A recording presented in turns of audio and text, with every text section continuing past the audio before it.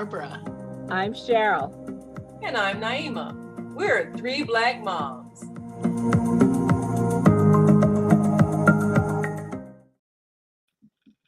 100 years. Yes, 100 years. Noah was building the ark and warning people at the same time that the floods were coming. And you would think after that long time and those people thinking he was crazy that somebody might would have believed him, but nobody did. And those people faced judgment and drowned, and only 8 people survived because they went into the ark. Now, we live in a modern time where we are warned if there is a storm coming, and some people elect to stay behind, board up their homes, and live through the disaster. Sometimes they make it, and sometimes they don't. But people in authority warn us that if a storm is coming, there are certain areas, especially here in Florida, where you live in a flood zone, you may lose power, and you are warned ahead of time that if you don't leave, the rescue people cannot put themselves at risk to come and save you because you would not listen. And there were levees built in New Orleans for years telling people someday this is going to fall apart. And they had a big flood and lives were lost there. And in California with the San Andreas Fault. And people are saying one day part of California is going to float off into the ocean. How serious are these warnings? And how do you determine if you should stay or if you should go? Sisters, what are your thoughts? Can you weather the storm? Is it safe? Should you stay? Hi. Well, obviously, we're together today. I decided to come home for a weekend. It's funny when I think about this because when I first moved to Boston, I actually moved I came to Boston for the first time during Hurricane Gloria. And I had never been in a hurricane, but I was coming up to try out for a job at the Boston Herald. And I remember being in the hotel and they had shut off all service, and they said, so I had no food to eat. And they had told us to fill up our bathtubs with water just in case the power went out, which I didn't do because I thought that was stupid. But, it's funny that, you talk about whether or not you should go or stay. And for some people, they didn't have a choice. I mean, I could have postponed my tryout because I just didn't know. And actually, there were people who did get caught in the storm and couldn't come into work. So it was very interesting. And that was my first hurricane because I hadn't grown up in hurricane weather. And looking back, it wasn't as bad as it could have been. But there are people who actually don't have any choices. And so, when we say, oh, these people are stupid because they stayed and, now the rescuers can't get to them. Sometimes if you don't have a car, if you don't have a place to go, it's really tough. And I think there's this feeling of, sometimes if you don't go, it's on you. But other times I think we worry about our stuff and what we're losing. And Naima, you had made a point where we were saying that sometimes people get really worried about all of their stuff and worried about somebody's going to break in and steal their stuff if they leave it. And when the water's rising, your stuff really doesn't matter. Well, I think that's the thing that people don't realize until they're faced with that real life and death situation. And all of a sudden you understand my stuff doesn't matter. But we get so caught up on identifying ourselves with our things, our possessions. Oh, about my fur coat. What about all of my mementos? What about my TV? I mean, people don't think until they're faced with the reality that they're about to die. And that's when you realize none of that stuff matters. But a lot of times people will stay behind because they don't want to lose their stuff. But then they don't also realize if you get washed away or burnt away, whatever the case may be, if there's a fire that breaks out because of whatever the weather condition is, and all your stuff is destroyed, then you've lost it anyway. So why are you ready to risk your life to save something that might end up being destroyed anyway? And I think every disaster gives us a chance to evaluate our own values. What would be the first thing I would grab when my house was in danger of either being burnt down or washed away? What would I think of that was most important to save? And I think there was either a game show or something where they asked this question. What would be the first thing you would grab if you had to get out of the house in a fire and you can only take one thing? Or a couple of things. It's funny because one. What if you only take one and you had to make a choice? This is the thing. That's how come people burn up. They go, I should take this. Oh, maybe that. Oh, maybe But this is what's funny is that I actually preached on this a couple of weeks ago when I had a message at my church about welcoming the stranger, and we know where that came from because the whole Martha's Vineyard fiasco. Thank you, Barbara, for your governor. But but I said at the time, I said, if you had just 5 minutes to get out of your house, what would you take? And it was easy for me. It's like anything that's breathing gets to come. Yeah. That means the husband, the daughter, the dog, the birds. And, and I said, okay, if I had a couple extra minutes, maybe I would grab some of her baby pictures, the wedding albums, the things like that cannot be replaced, even if, you tried, and those are the things that you think about. But the most important things are anything that's breathing. Absolutely. And that's what we forget is that it's most important to save the live stuff. And the rest of the stuff, okay, if there are wedding photos that I lose, okay, I'm not going to be any less married. If there are baby pictures that I lose, there are going to be plenty. You still have the baby. I still have the baby, even though she's not a baby anymore. Yeah. So we think of our things for posterity. But it's funny when we were talking about this last week, and we were saying that this was going to be our subject, and then a few days later, I looked at it, and I thought, oh, you know what? This could also be an existential question. Weathering the storm of a lot of things, weathering the storms of a bad relationship. Do you stay or do you go? Weathering, the storms of a bad job. Do you stay or do you go? So we have to really, we started talking about the weather, Barbara, obviously, because, your place had, hurricanes and, there was Katrina and there were other really bad storms and there are more storms coming because of climate change. But we have to think about weathering the storm of our lives. I think this is also a way people have to start thinking about their decision-making process when something really is over. Are you ready to recognize when it's over, whether, like you say, it's a bad relationship or whether your house is over, is about to be washed away and you're clinging to something that is no more and you need to let go.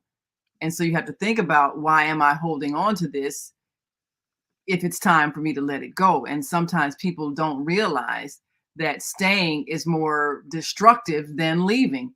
Just like staying in a burning house is destructive, staying in an abusive relationship is destructive. There's no benefit to that. And ultimately, if you don't make the decision in time, then maybe the destruction is irreversible. The destruction to you is irreversible. Say like a bad relationship where somebody's abusive, they become physically violent and, oh, well, he only beats me when he's drunk, or, oh, okay. And so you try to tiptoe around those times and try to keep them sober. Yeah, as if you can. And that's the thing, is that you try to control things that are uncontrollable. That are uncontrollable and are not yours to control, whether it be a relationship or the weather. Is that it's not it's not in your purview to control something else, and it's not in your purview to control the hurricanes. Yeah, you can board up your house and you can do those kind of precautions, but ultimately somebody else is making that decision. Right. Well, I'm gonna pull up some comments we've got from our Yeah, Facebook good. audience, and Cheryl, I'll let you read these.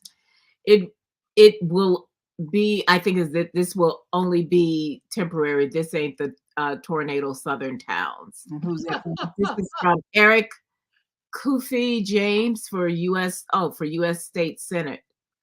I'm not, he must be one of your senators, or Yeah. one of these- Well, you know, I think that it takes a lot of input from professionals when you're talking about relationships and determining if a relationship can be salvaged.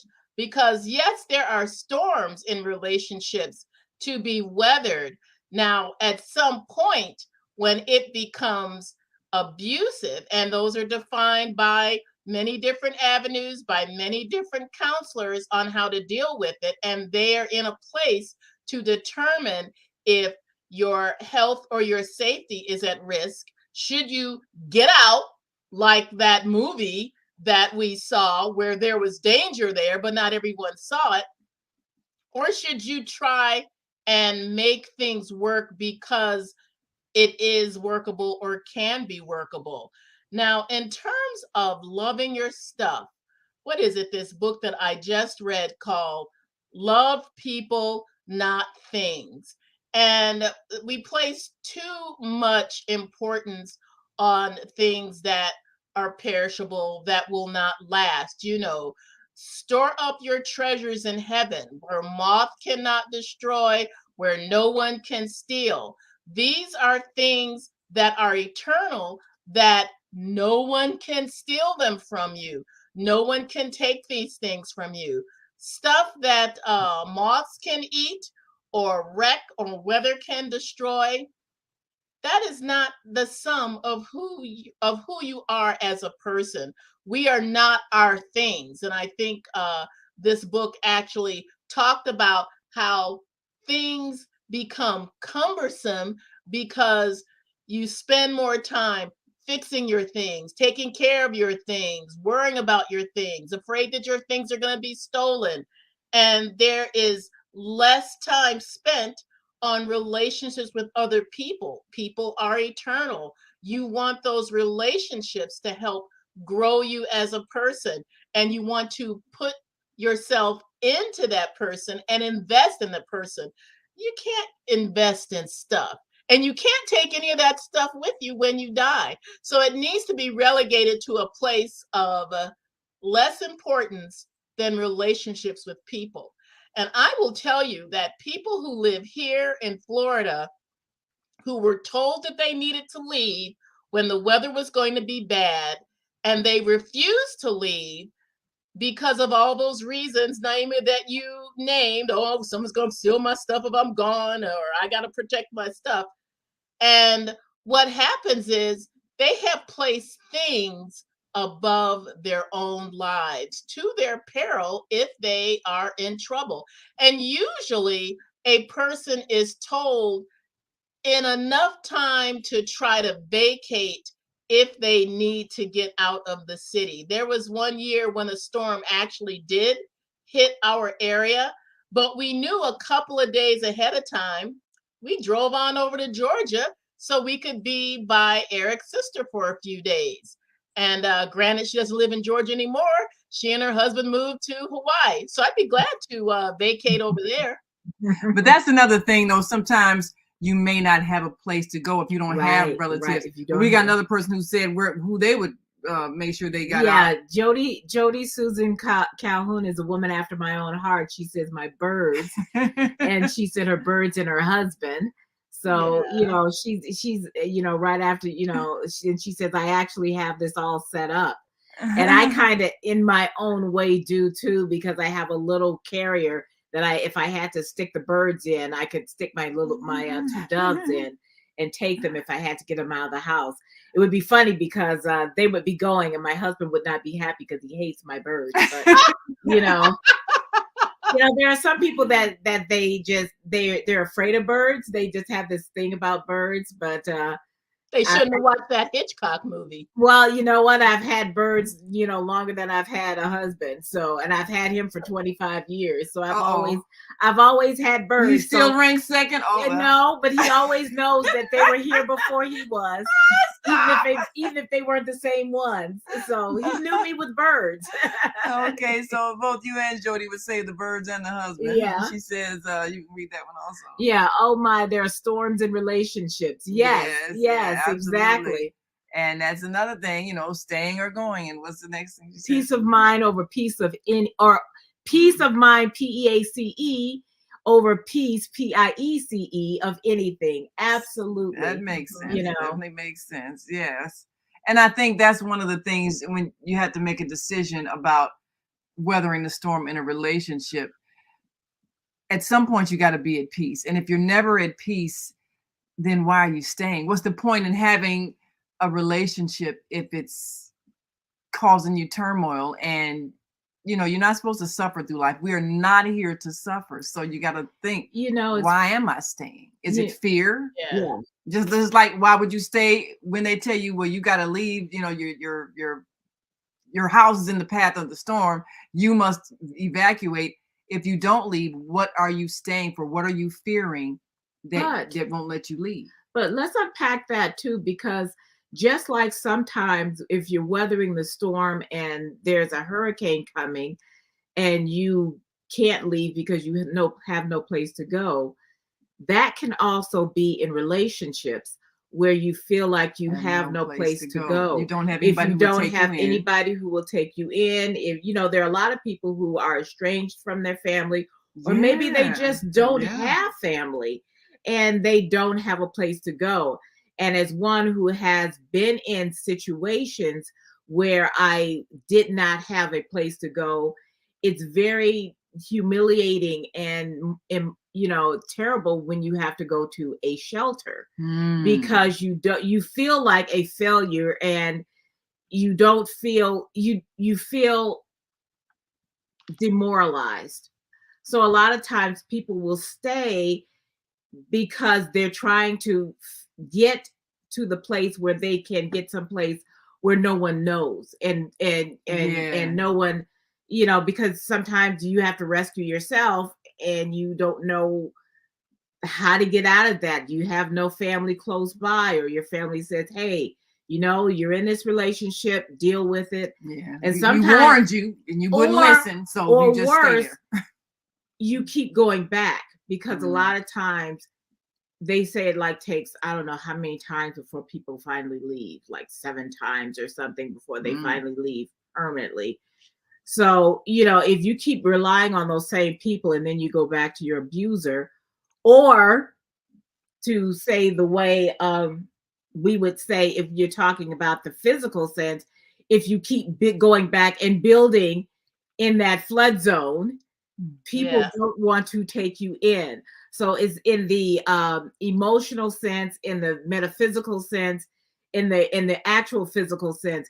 If you keep repeating the same mistakes, people are less sympathetic. Right. Because they feel I think that in this day and age, there are a lot more compassionate places that are a little bit more aware of situations where people need to be in some kind of safe place, a safe house, a different kind of shelter. I think more and more as women become bolder in standing up for each other, that more of these places become available to them. You see these in a lot of these television shows, a lot of these news broadcasts.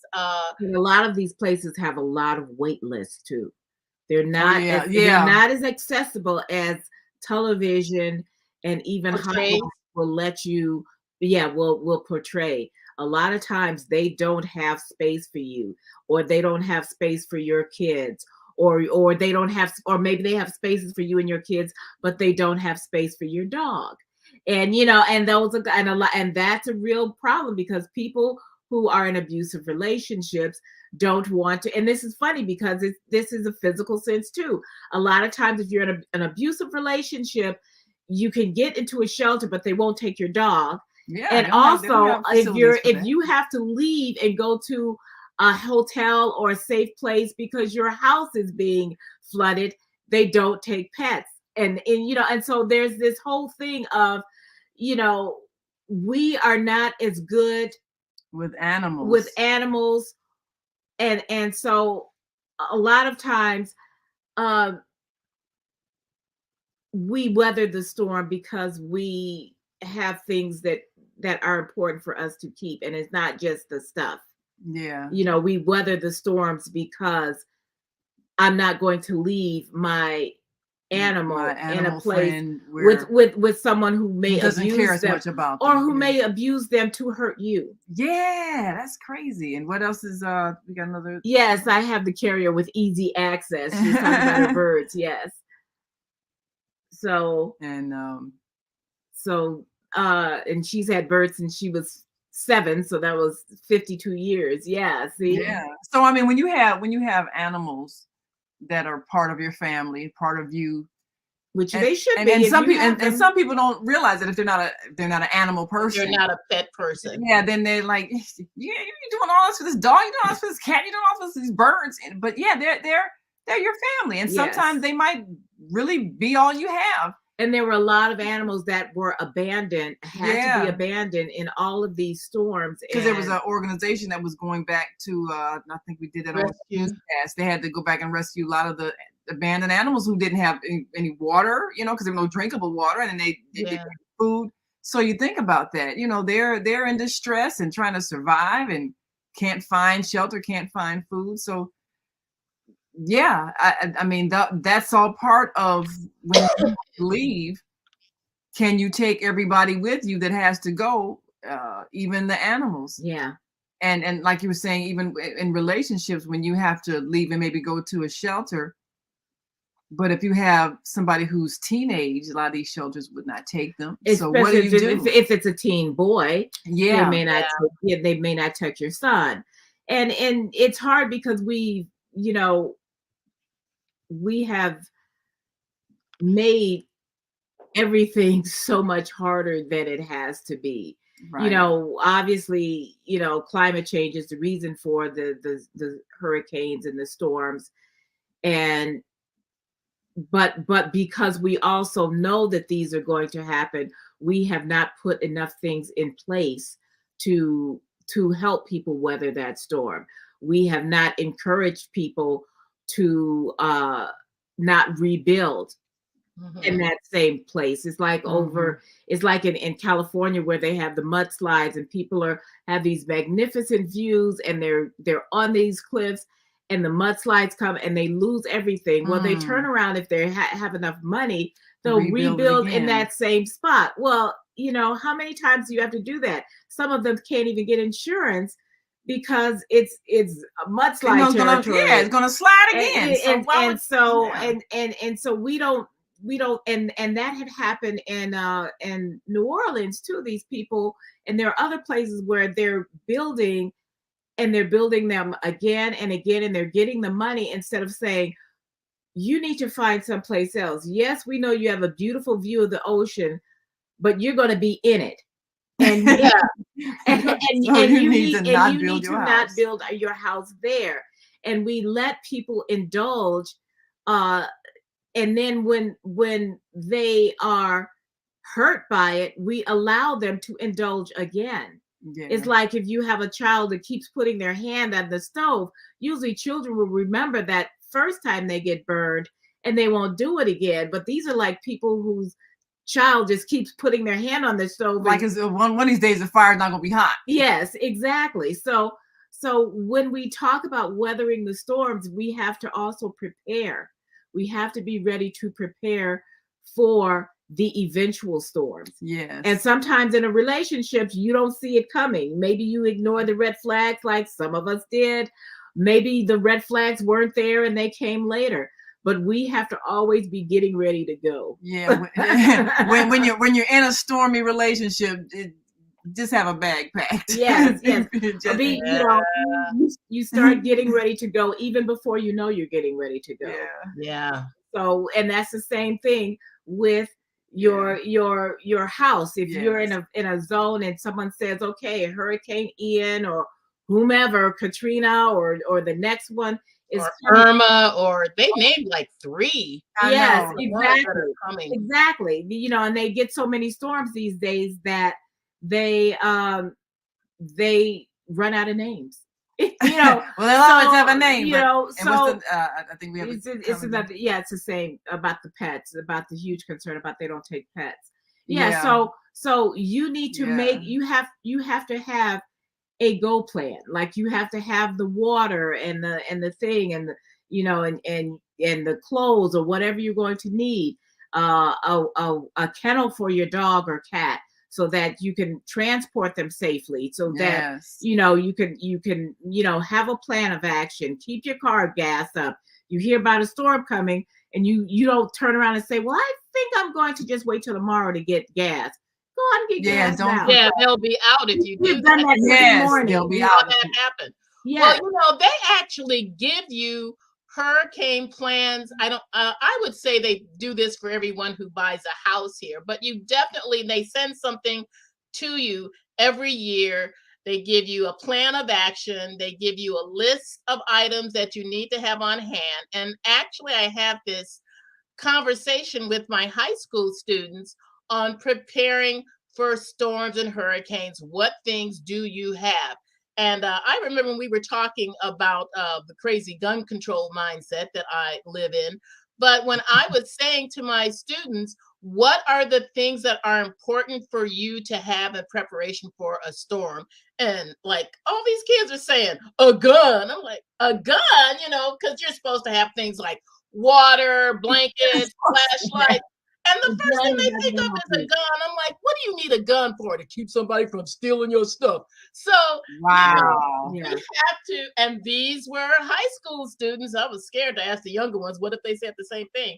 But we need to have a plan of action, like you said, Cheryl. And a lot of places that are hurricane areas, they do have some kind of mandate that you are supposed to follow. Sometimes it is just rebellion where people down here don't want anyone telling them what to do, which is why we had fights and fallings out over wearing a mask in a store. I mean, like you had crazy people. They don't, everything is a conspiracy. We don't want anybody telling us what to do. So they don't leave when they are told you're in zone, blah, blah, blah, blah. This zone is going to be hit hard. We know it's coming in 2 days. Get out of here. And they sit there and go, I ain't going. Well, we got to go now. But if you got anything out of this show is that have a plan of action. Be prepared. If you know you live in a storm area, even if you don't, because fires can break out anywhere, always be ready and make friends or relatives or somebody in another city in case you have to really go far and you need to stay somewhere for a while. Just be ready to go and have a plan on how to get there. So until next time, and make sure you subscribe to our YouTube channel and like us on Facebook so you can see us again next week, 5 p.m. Central, 6 p.m. Eastern, or wherever you are in the world, you can join us live. And until next time, I'm Naima. I'm Cheryl. And I'm Barbara. We are 3 safe Black moms. Bye-bye.